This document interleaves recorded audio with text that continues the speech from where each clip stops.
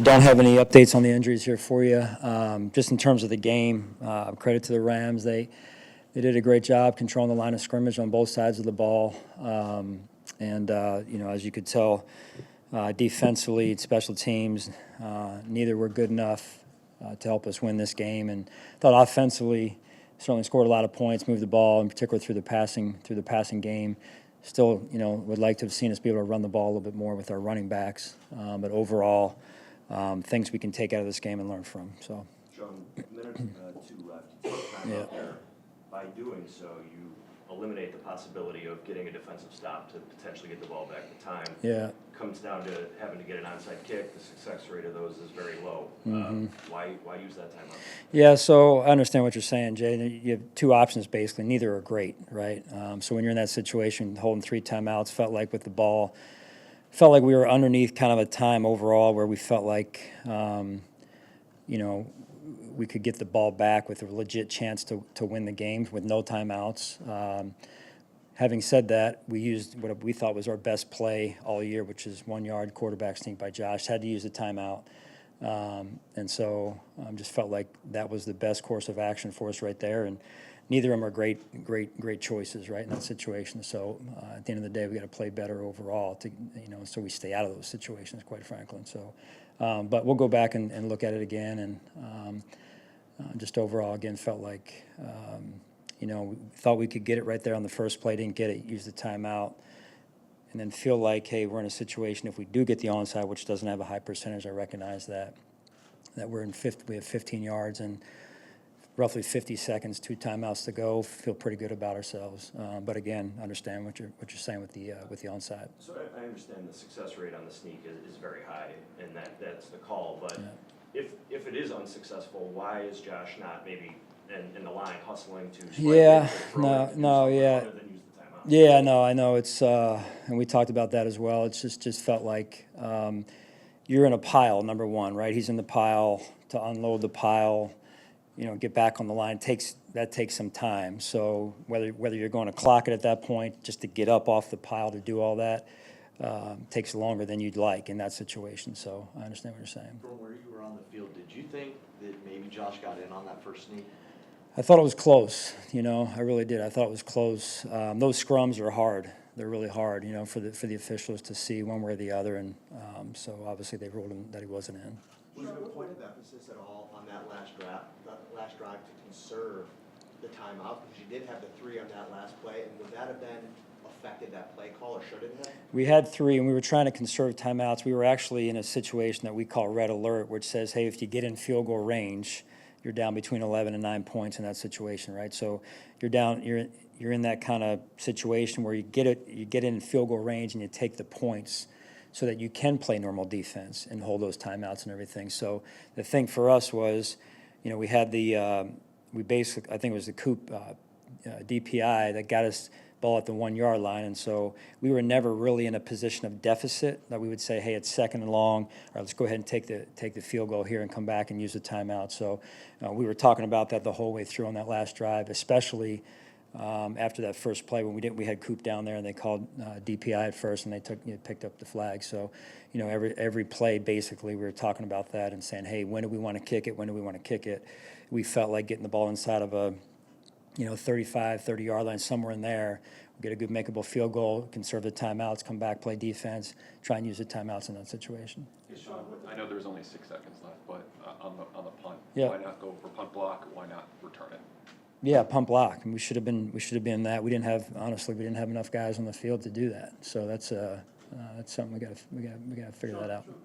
You had only 10 on the field. We didn't have enough guys on the field. You said that the reason you use the timeouts is because you feel like you'd have enough time to, even if you get all 3 timeouts, to mount the final drive if you've gotten to stop them. Am I understanding that correctly? Say that again. So if you had not used the timeout after the sneak, the thinking is that even if you had 3 timeouts and gotten a stop following the sneak, you would not have had enough time after forcing that stop to then get a game-winning or game-time field goal. Is that correct? If we didn't get, so if you sneak it and not use the timeout, now it's getting really low. But again, we're talking about human. You unpile the pile, you come back and you try and run another sneak.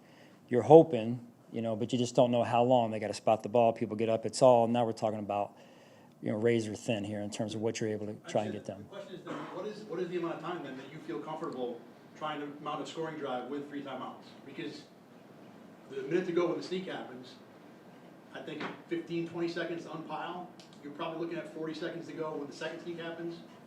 You bet maybe 20 after, I guess, is there a number there? No, I mean, there's not, yes and no, but neither of them are great options. You're splitting hairs here trying to, ideally, we're not in that situation. If we're in the situation, you don't have great options at your disposal, right? So there's a potential that you're able to save the timeouts and play defense, and then you're out of timeouts, and they're punting the ball back to you, and you're in a situation with no timeouts, and the ball may be pinned, so, or, you go the route we did. So they're not great options at that point in the game. And so we'll go back and look at it again, I can promise you that. Where did the breakdown occur on that final punt that you had? Yeah, it just, a substitution thing on the sideline, Jay. So, that was the information I got, because I was saying, count us up, going for the block here, and then something happened there in terms of the substitution. Sean, once you got to the 1 yard line, was there thought of throwing it, knowing that, hey, if we get tackled in bounds in any way, we're going to be in this tough situation? Yeah, for sure. You talk about that.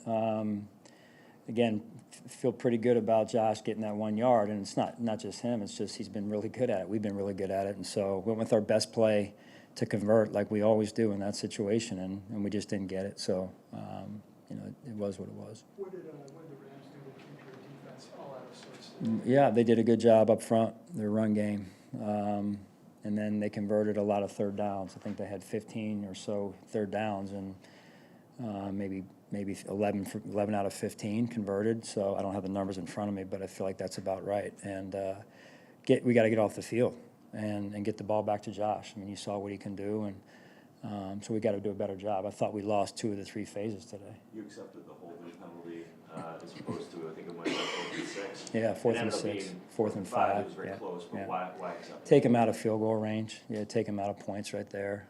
They were probably going to go for it anyway, based on the way Sean handled the next 3rd or 4th down there. So the kicker was, I think he was good we're looking at 39-yard line, pretty consistent in pregame.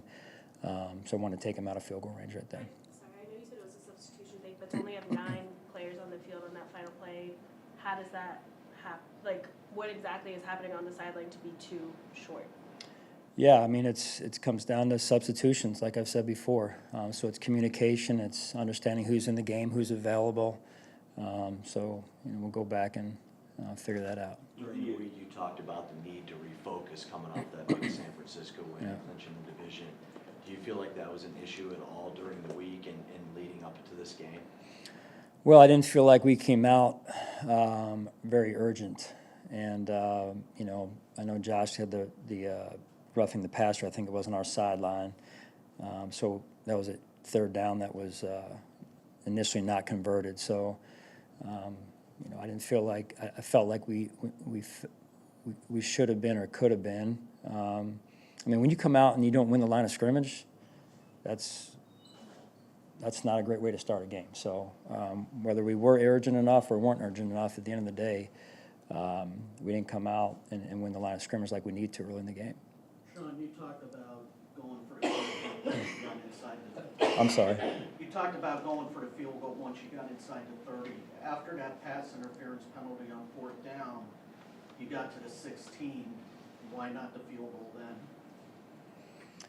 We felt like we were going to take shots into the end zone from there, which we did. I think it was the next play or two. We took a shot in the end zone. Again, when the way we look at it, may not be how everyone looks at it, but when you're in a healthy set of sticks, right? So you're in 1st down and you're going, hey, let's take some shots to the end zone, which we did. You don't want to necessarily kick it there until the clock. There's a kind of a line of demarcation on the game clock as well that factors in. And so we were still above that at that point where we felt like we could save those timeouts and whatnot. So and still have a chance. Again, neither option is great, but then we had the ball at the 1 yard line, so we felt like, hey, let's go with our best play right here. Sean, we've seen the defense maybe have some struggles during the game, but mid-game adjustments have oftentimes correct those situations. Why do you feel like those maybe were not as effective today? I feel like we did some things in the fourth where we got to stop and played a little bit better. So maybe they helped there. But overall, we got to really roll up our sleeves and look at it, Jay. And that's where it's got to start. Is it tough at all working back in because of all the reps that you've had all season with Terrell and Dorian back there? Has it been challenging at all? Or? No, I don't feel that. I don't feel that. I don't sense that. Naturally, when a player comes back, it's a little new from a communication standpoint. But that's no excuse for us not playing better. What happened Sean, what happened on the block, their blocked punts? Yeah, it looked like it came right over Reed up front. So that's what I saw just from the scoreboard replay, and I got to look at the film obviously to tell for sure. That's what Coach Smiley thought as well when he looked at the iPad there, the surface. Josh kept saying post-game that he needed to make one more play, but obviously he had 6 touchdowns. Just what do you make out of his performance? Yeah, incredible. I mean, incredible. We got to do a better job around him. Like I said, if you look at the game, it's line of scrimmage, being able to run the ball at the running backs. It's line of scrimmage on defense. It's special teams giving up big plays. When you lose 2 of the 3 and the line of scrimmage overall, it's you're making it really hard. You got to score 40-some points, and even then, you're holding your breath to win, right? So, sometimes if you look at it the right way, and you're able to make the adjustments you have to make, sometimes this can be, as hard as it is, a good reminder of what you need to do every week in this league and how we have to adjust as a football team. Next week is a challenging game as well. They're all challenging, right? Against a really good football team on the road. So, we've got to work it out for us this week. You touched on the line of scrimmage a couple of times defensively. Ed Oliver in particular, are you getting what you need from him right now? I hope so. I gotta look at it because when you're talking about the run game, you can't. It's hard to rush the passer unless you get them out of the run game, right? And so when they're under center, run, under center boot, under center play action, it's hard to rush the passer. That's one. But the job starts with the run game. It's not Ed. It's all of us, right? It's all of us. So if you want to be a good run defense, it starts with an attitude and it starts with everyone doing their job. And so it's a collective thing. It's not just Ed. It's all of us. All right. Thank you, guys. Thanks, Sean.